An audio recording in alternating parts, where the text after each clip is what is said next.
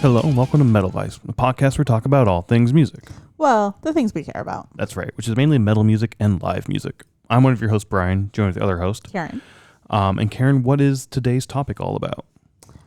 Seeing Heavy Temple at Reggie's. Yes, this was Heavy Temple with Valley of the Sun, Vanishing Kids, and Insomniac were the four bands. Four bands, yes. At Reggie's this night. Ticket prices for this were $20 in advance with, what was that, $6 or $8? $6. $6.21 in fees. This was at the Joint in Reggie's. Is that what it's called? The Music Joint. The Music Joint. Okay. Yeah. Which is just the bar. The bar. Yeah. Yeah. This is my first time ever seeing anything there. I've seen one thing sort of where they do like a Monday night open mic type thing. Yeah. So I've seen stuff there for in that context, but never an actual like show. Yeah. Yeah. Which is kind of different. I mean. Yeah, it was different for sure. In my mind, I'm like, that area is always like people eating and stuff. Like, yeah. I've never seen like a show there, so it's always been. It's a like, bar with a restaurant that has just happens to have a stage where you could have performances. Yeah. I think there's another stage somewhere in Reggie's, like up the next floor or something. I want to say. I think so too. I don't know, but then there's also the roof deck as well at Reggie's, and the patio. But the seating patio, they don't do shows. They don't do shows. No. Yeah. No, on like the roof deck, you mean? Yeah. Yeah, I don't think so. Yeah. We showed up just before the show was supposed to start. Like 10 minutes before 8. Yeah, and that's when it was supposed to start. Doors were at 7, and there's already this long line out, like on the street. And like, fuck. So we just stood in line. Yeah. They looked like metalheads. Like, all right, we're going to a metal show. This is where we need to be. After a bit, it seemed really weird that the doors weren't open yet. Yeah. And I looked online. They had 2 shows with doors at 8 on one show at the Rock Club, or the club that we always go to at Reggie's, or have always gone to. The stage that we're used to. Yeah. Yeah. So went up and talked to the guy at the front door. Like, is this where I need to be, or do I need to be in that line? He's like, no, this is where you're at. You can come in here now. Gives little R's on our wrists and whatnot, so we can go in there. Not a whole lot of people in that area. Bunch of people up at the bar. A few of the tables were taken up and whatnot, and we ended up just grabbing a couple seats like right next to the stage, on stage right. Yeah, stage right. I always get that mixed up. On stage right, and then just sort of sat there and hung out for a bit, got a couple drinks, and then the band started playing right there. People would stand up and stand in that middle floor area when the bands would play. Yeah, because they have like the tables on the wall, and then like a table across in front of the bar, and then like, so it's like a square. Yeah, it makes like a little box in front of it. Little section of the square. And we just sort of ended up hanging out there all night. But it would clear out after the band. I think people would go out and smoke and get some fresh air and whatnot, and then come back up here. But it was an interesting vibe for sure. Yeah, I have never seen a show in sort of those sort of contexts and whatnot there. Yeah. Because even before the show, I was like, oh, like, I don't mind standing on stage left like we normally do, but let's go to stage right, because like I remember that with Chemist, and like it's a good place to see a show. At the old where we were gonna go. Yeah, and then like we get there and it's like totally our whole plan just went out the window. Insomniac was the first band that went on stage. I really fucking liked them. Very doom rock. Yeah, very sort of rocky, very doomy some bits to it. Yeah, not necessarily doom metal, but more like doom rock. Yeah. It was very interesting. I really enjoyed their set a lot. Yeah. Unlike normal shows, we don't have set lists for these bands, but I mean, that's fine. No, yeah, it's fine. This was part of I didn't mention this, the Notion of heATheNs tour as well. Nation of heATheNs. I always say Notion. Nation of heATheNs tour was what this was part of. But yeah, no, Insomniac. I liked their set a lot. I did too. Yeah. Good sound, good vibe on stage, very just sort of low key and just like chilled out, and it fit the vibe of us just sitting there and enjoying the set. I thought so too. Yeah. Like for like I don't want to say a bar show, because it wasn't just a bar show, but like that aspect of just sitting in your seat and like listening to the music and just enjoying the music, and then just having a few drinks and just sort of kicking back and relaxing type thing. It was a different vibe, and we've never really experienced a show like that. And it was a lot of fun. They had a fuck ton of equipment on the stage. They did, yeah. I didn't realize it, because like they had speakers behind them, like 6 like huge, their amps and shit. Yeah, 6 huge amps and speakers, and like when they tore down their set, I was like, oh, I didn't realize that those were theirs. Like I didn't either. Yeah, it was. Yeah, I mean it's normally that way with the first band anyway, because you have all the band's equipment. Yeah. Like typically or not typically, sometimes like every band will have their drum kit up there. They'll have all their shit up there as well. Yeah, yeah. And that way it gets easier for turning around and setting shit up. But no, all the shit up there was basically their shit. Yeah. That they tore down. Yeah. Well, the first band and the second band shared a drum kit, and then the second and fourth, or the third and fourth band not really shared a drum kit. They like brought their own cymbals and stuff, and like little pieces, but they kind of. Some of the shit was reusable, but they replaced it with their cymbals, their snare drum or whatnot, right? Yeah. But yeah, no, they tore all their shit down, and it was kind of funny to watch, and just sort of they threw it all in front of the stage, and one of the guys was like, I'm just trying to get it off the stage so you guys can start setting your shit up, and then we're gonna wheel it out to load it up into the trailer. Yeah, because it is kind of an awkward area because the stage is like in the back, and you have to take it to the front door. Out the front door. Yeah, it's kind of. And we're sitting right there, sort of in your way, which kind of felt awkward a little bit, but I felt awkward sitting there. Maybe you were on the corner. I never felt awkward. But yeah, Insomniac set was awesome. I loved it. It was fun to watch them tear down, and just seeing the Jenga game Tetris game sort of start playing in their heads. Yeah, I mean we've seen that with Thrash of the Titans, like seeing the setup and tear down portion of it. So it's kind of like when you see small bands like that, it's kind of like, oh, you understand what you're doing. Like you have to get to put stuff back in the trailer or in your van or whatever. You have to have certain stuff in a certain area. Yep. So you can't take these things out yet until the other equipment's outside. But then when they're tearing that down, Vanishing Kids is setting up their stuff as well, which was kind of funny because the keyboardist, she was in the crowd. Like as soon as Insomniac went on, she gets into the crowd and gets like right up front onto the stage and starts cheering and like, yeah, I love you guys. This is awesome. And then her other band members come over to her. I wasn't sure what was going on at first, but she like pulled out her purse or something and started pulling out wristbands for them, and they all started putting their wristbands on to show like, hey, I'm part of the band. I'm playing tonight. So that was kind of fun to watch that during Insomniac as well, to see that going on. But then when Vanishing Kids was playing, Insomniac is now on stage, like standing right in front of the stage and cheering on and just having a great time with them. So that was really cool to see, like the other bands just come out and support each other as well. We've said that a lot with like seeing smaller shows with Thrash of the Titans, for example. I love seeing that bit. But their set was good too. I really enjoyed their sound and their vibe as well. Yeah, it was. I don't know. It was maybe my least favorite set of the night out of the four. Okay. And I think it's mostly because I wanted to hear more keyboard.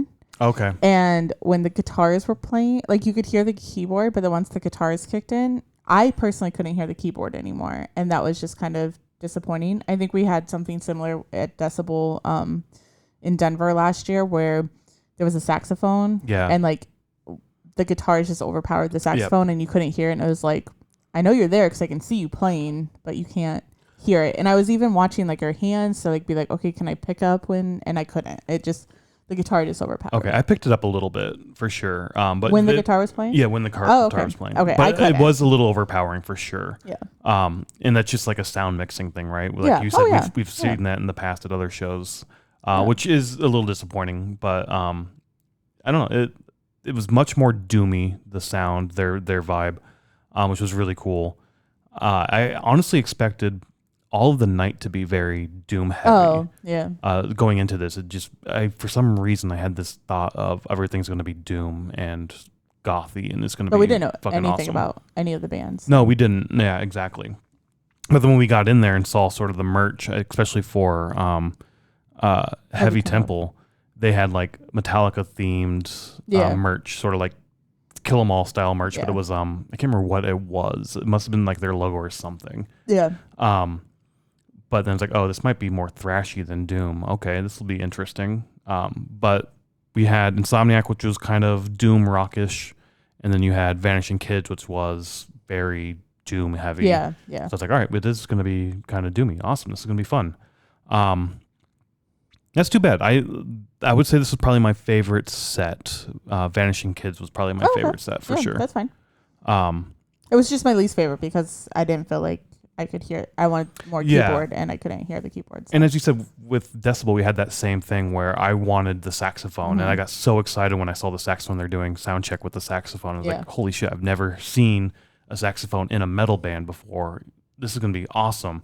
And then, it just got overpowered, and it was like, all right, this actually kind of sucks. Yeah. Not that it sucks. It's just like you don't hear what you... Yeah. Like, I even, when they were setting up, I was just like, oh, this is going to be really interesting. And then, like, once it started, I was just like, oh, okay. Like, yeah, because when she was doing sound check with the keyboard, it's like, oh, you got some, like, there's some good shit you're playing right now. Like, I'm really intrigued to see how this is going to meld into everything else. But, oh well. Definitely, I'll check them out again for sure. But too bad we don't have a set list for them to throw up on our playlist. Yeah. Anything else for Vanishing Kids? No, I thought the basis for Vanishing Kids was really into it. Really, like a lot of times with the bass, at least what we've seen when there's 5 people on the stage. So like he was like in the back, behind the guitar, by the amps and stuff. I mean, it's a small stage anyways, but then like he like came front forward and like was playing, and they would really rotate back and forth every now and then, where the bassist would come forward and play at the front of the stage, and the guitarist would come forward, and they just sort of swap back and forth. But yeah, he got like really fucking into it, and it was really awesome to see. I forgot all about him. That was awesome. I liked the bassist a lot too there. Good energy, good vibe, and just good sound all around. And bass, I love the bass. So when you get some good solid bass bits in your shit, that's I like the bass. I like to pick up on the bass parts and like be able to watch them and like listen. I don't know, it's really fun. I completely forgot about that. But then after Vanishing Kids, we had Valley of the Sun. Valley of the Sun was my favorite of the night. They were really good. Another 3-piece band, guitar, bass, drums. I think that was it, right? It was kind of funny when they're doing sound check. The lead guitarist and the only guitarist and the singer they're doing sound check. He's like, what's that hum? And the bassist just sort of walks back to the amp and just like puts his bass up, and you can hear like the hum get louder. He's like, there's something we can do about it. It's just sort of the way the stage is. And I didn't really notice it during their set, except for in between tracks when they're sort of talking. Then I would hear the hum. But other than that, like when they were playing, I didn't really pick up on that low hum at all. Yeah, I guess I didn't realize it either. So. But this was more, I want to say, kind of old school rocky sound to it. Definitely rock sound. I kind of feel a little clutch to some extent. I got little vibes from that. I don't know. I liked this one a lot as well. I like this a lot. I mean, it was my favorite out of the 4. So. Yeah. This is probably my second favorite. Now thinking about it, Vanishing Kids and then Valley of the Sun for sure would be my favorites. Heavy Temple, the headliner, to me was sort of meh. I wasn't the biggest fan of it. Not that I wasn't the biggest fan of it. I think I was, again, expecting more doom and didn't get the doom, and it was sort of like, oh, well, my expectations are... I understand where you're going there. For me, with Heavy Temple, it was more... I'm a vocals person, and I didn't necessarily feel like the vocals fit the music. Okay. So like when it was just them playing playing like the instrumental parts, I really, really enjoyed.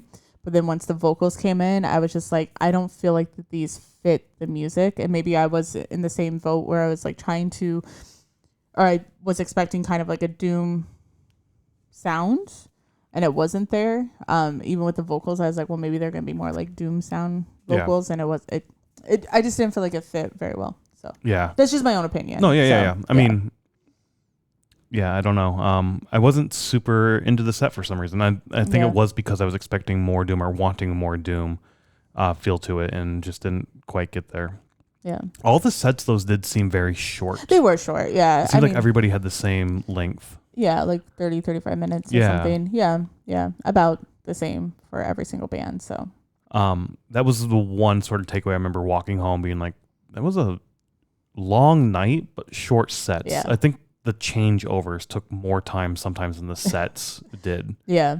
I mean, when you have 4 bands and it starts at 8 and it's still a 4-hour long show. Yeah. That's kind of a little bit different, but I mean, the changeover was done completely by the bands, so it's not like you have like the techs coming in or anything like that. Yeah, and so. as I was saying earlier, like the stage can somewhat be crowded where you have everybody's shit on stage at once, but this wasn't really that way. It was sort of bring my shit up, take it down, next person comes up, which is again why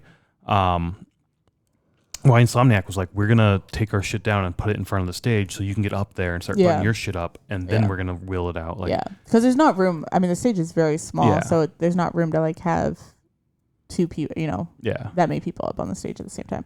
But for Heavy Temple, the bass. Do you remember the bass? Like the bass was like a star. Oh yeah, they had that really cool bass. Yeah.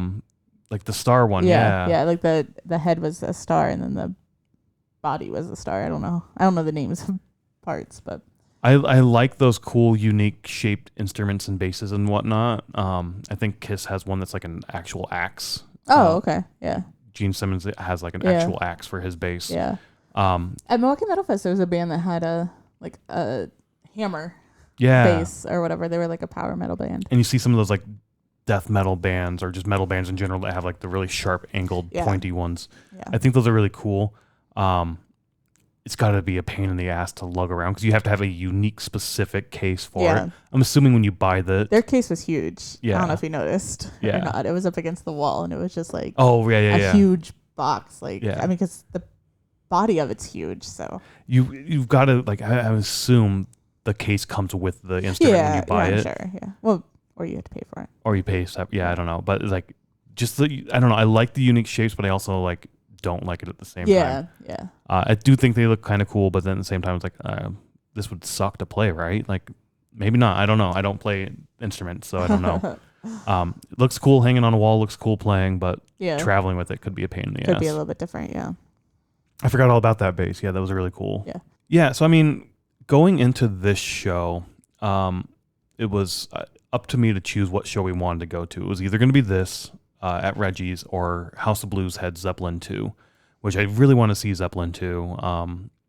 It's the only way I'm going to see Zeppelin music live, really, right, is a tribute band. So I want to see Zeppelin 2 so bad. But it's at House of Blues, not the biggest fan of that venue. Reggie's is down the street. Whatever. Like, let's pick one. I don't know this music. It sounds kind of doomy. I don't know why I had this thought that everything was going to be doom. That was going to be doom. So I chose this one. And I think I told you during the set, like even before Heavy Temple or even Valley of the Sun came on, I was like, I think I picked the right choice. I think I'm glad we came here instead of House of Blues for Zeppelin 2. I still really want to see them, but I do feel like this was the better choice. Yeah. The venue itself, like it's our first time in this area of Reggie's for a show. Very different and unique. I kind of liked it a lot. I could see with maybe a different band that had more advertisement or something, because I didn't feel like this was. I mean, I think we walked by and saw it. Yeah. But I mean, I don't know. I guess probably on their social media they're probably advertising and stuff. But that area, I mean, you could get a lot of people in there probably.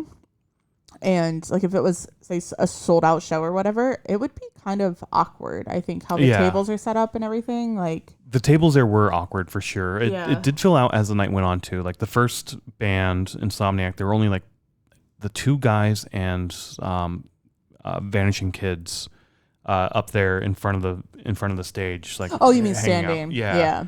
And as the night went on, more and more people hung out. I think a lot of the bands, like as I said, stuck around and sort of hung out and just. Had a good time with everyone. That was a lot of fun to see the band sort of interacting with everyone. Otherwise, there's people at the bar, like us, and then a couple people across the way sitting. Yep. It almost seemed like, because there was one couple there that was sitting there for a while, and then I didn't see them at the end of the night, so I was like, were they just here for dinner? Maybe. And they just happened to stay for like two. Yeah. Or the first band or the second band and then left. Because I didn't know how that worked either. Right. Because I was like, this is kind of like their restaurant, so I'm like, if you come in to eat... do you have to pay the $20? Like the cover charge? The cover charge. If you want to eat there, probably. Or you go out to the patio or up to the roof deck. I did hear the guy at the door say, like, oh, you can go upstairs. Yeah.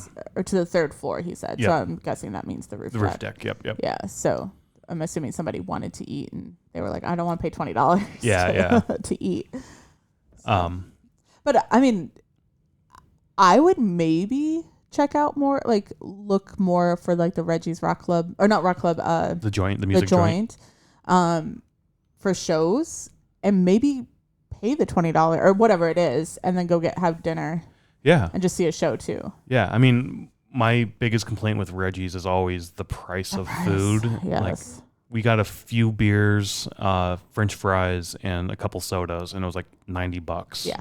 For so expensive. And we've said that before because we've went and just ate like on the roof deck. Yep. Or on the patio once. But anyways, we've went and just had food there. We didn't see a show. And it would be like, I'd get like a beer and maybe two beers and two meals, and it's like not even 2 meals, because I've always gotten like either a salad or tater tots. Oh, have you? Okay. And then you get like chicken tenders, and I eat like your chicken tenders. So it's always, I'm getting a side, and then you get a meal, and then I eat like a chicken tender or whatever. It's like $70, and it's so expensive. Yeah. So I mean, that's my one biggest complaint about Reggie's. I love Reggie's so much, but the price of shit is just like, I mean, you are really close to downtown, and it is like a place that everybody's like, you got to check out Reggie's. But I'm almost in the same boat where I'm just like, I'd rather eat at home and then go see a show there. Yeah. We're like right in the middle of this place and another bar up the street from us that we like going to. And I like going to that bar better because the drinks are cheaper. Yeah. I can get like a $5 beer. Yeah, they have like nightly or not nightly, monthly beer specials. Yeah. Or like even nightly, I guess. Like on Monday night, a certain beer is a certain price or whatever. But like, it's cheaper.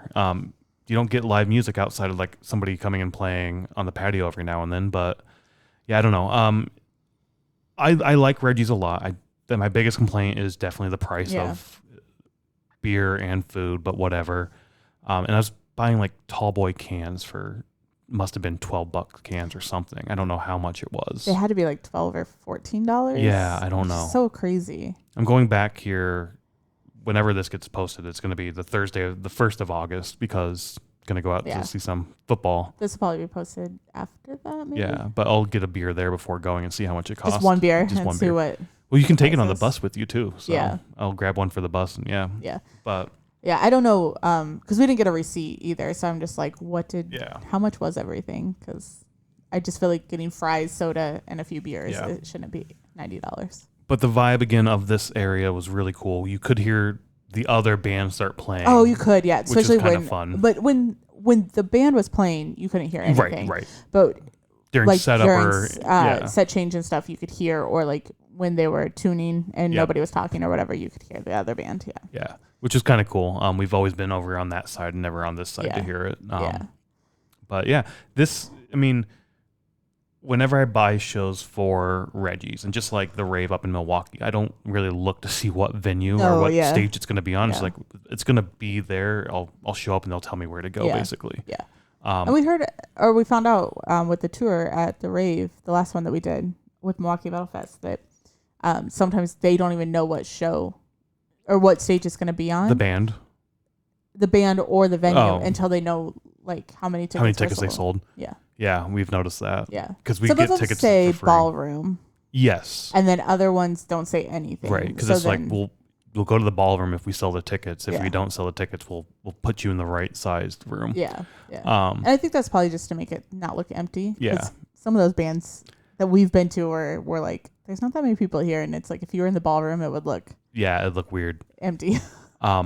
But here at Reggie's, the two venues we've seen, or the two stages we've seen, I do like the Rock Club. I like it the too. best. Yeah. It's kind of dingy and dirty, but it's got that good sort of dingy and dirty feel to it.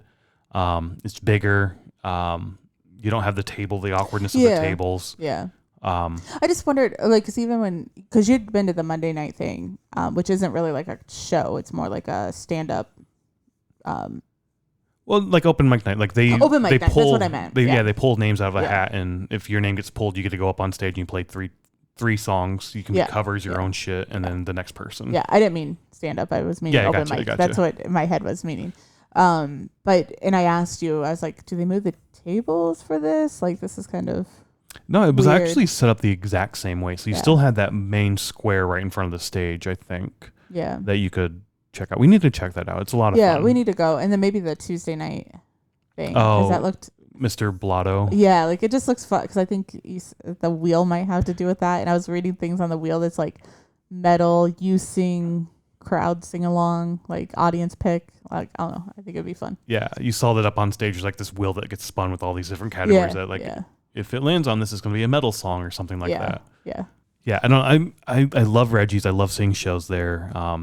The food and drink prices are a bit high in my opinion, but whatever. I still like going there. It's a local small spot. Like I'd rather support them than Live Nation. So. Oh yeah, 100%. So I'm more than happy to give you my money versus House of Blues. Yeah. So that's one of the main reasons I chose this show over Zeppelin 2. Honestly, was the venue. The venue. Yeah.